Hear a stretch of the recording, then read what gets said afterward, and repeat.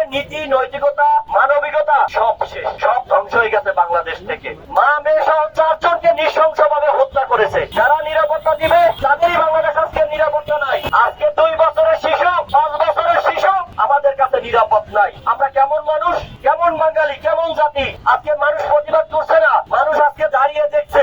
আজকের দর্শন হয় সেটা দেখছে, সেটা মানুষ দাঁড়িয়ে ভিডিও করছে। মানুষের ভিতরে নীতি, নৈতিকতা, মানবিকতা সব শেষ, সব ধ্বংস হয়ে গেছে বাংলাদেশ থেকে। জাহেলিয়া যুগে পরিণত হয়েছি। যে যুগটা ছিল অন্ধকার যুগে, সেই যুগটা আমরা পরিণত হয়েছি। লক্ষ্মীপুরের রায়পুরে যে ঘটনা, এই পরিবারের মা, মেয়ে সহ 4 জনকে নৃশংসভাবে হত্যা করেছে একজন হত্যাকারী। কি পরিবারে মব সৃষ্টি হচ্ছে, ভায়োলেন্স সৃষ্টি হচ্ছে, সমাজ দিন দিন কিভাবে দূষিত হয়েছে সেটা দেখতে পেরেছে। ওই পরিবারে যিনি একজন সংসারের দায়িত্ব, যেই বাবা, সে 7 বছর আগে বিদ্যুৎ স্পৃষ্টে মারা গেছে। ছিল মা, আর ওই মা 3টা-4টা সন্তান নিয়ে একটা মেয়ে ঢাকা বিশ্ববিদ্যালয়ে পড়ালেখা করে। সেই জায়গাটা থেকে একজন হত্যাকারী প্রবেশ করে 4 জনকে কুপিয়ে হত্যা করেছে।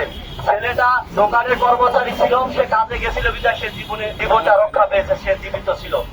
চিন্তা করে আজকের অবস্থা কি? আজকের আমরা দেখতে পারি পুলিশে যখন